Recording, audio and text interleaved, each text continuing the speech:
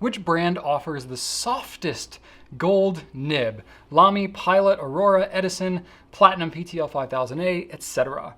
Yeah, I mean, you named some pretty good ones here, young chivalrous.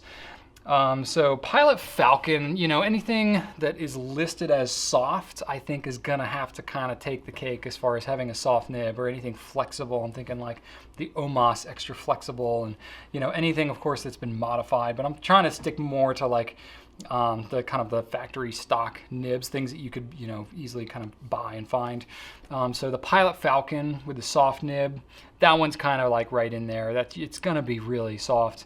So that one has to kind of go up there. You know, the Justus 95, Pilot Justus 95 could go in there too, because it's got kind of an adjustable nib. It's a little bit of its own category, but it's about a softness of the Pilot Falcon. You get good line variation with that. Pineider actually has a really soft nib too. You know, very, very heavy spring action to it. You can get a little line variation with that. The Pelican M-1000, not a pen that I regularly stock here, but that nib is phenomenal and is really, really soft. There are other nibs like the M-800, you know, they get kind of stiffer slightly in their nibs as they get smaller, so like the M-800, 600, 400, etc.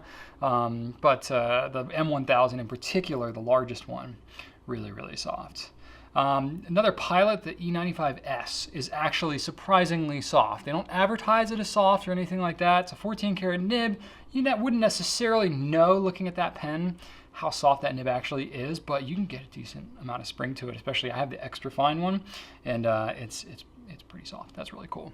Edison, you mentioned Edison, so they've used Jowo nibs, so you could kind of lump it in with most of the Jowo, like number 6 especially size, gold nibs. Those are really quite soft, quite springy, very wet nibs. And so they, not quite as soft as like the Pilot soft nibs, but kind of up there with the best of them.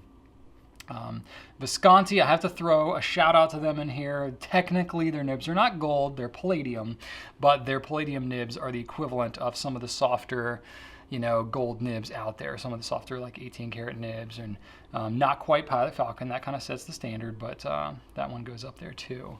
Lamy's gold nibs are very, very smooth, not quite as, you know, much line variation. They're smaller nibs, but they do feel really soft. They've got some spring to them. They are super smooth. So I'm gonna throw them in the mix too. Not the Lamy 2000, that nib is really pretty stiff.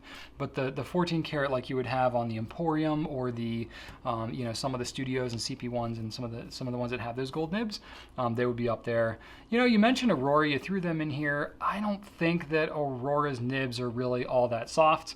They're kind of on the stiffer end, just like Platinum, their normal kind of 14 karat nibs are really pretty stiff, and that's kind of like the floor for me, is like Platinum has some of the stiffest gold nibs that are out there, with the exception of the PTL 5000A, because you kind of threw that one in there. That nib is actually pretty soft. You can actually get some line variation with that one, and it's the cheapest gold nib pen that we offer, so that's kind of interesting too. But yeah, so you know, Platinum does have some soft nibs, you know, like we have the Kumpu, which is not going to be around for much longer, if we even still have it by the time this video publishes. That one has a soft medium.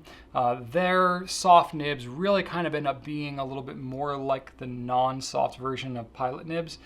So they're soft, but they're not nearly as like soft and flexy as, say, Pilot's soft nibs are. So, you know, there's a couple different grades there, but in general, their normal like 3776 non-soft nib is really pretty stiff. So there you go. There's a bunch of pens that I could kind of throw in the mix, but those are some of the ones that were kind of top of mind for me, kind of going off where you led me, and then some of the ones that I thought were most notable.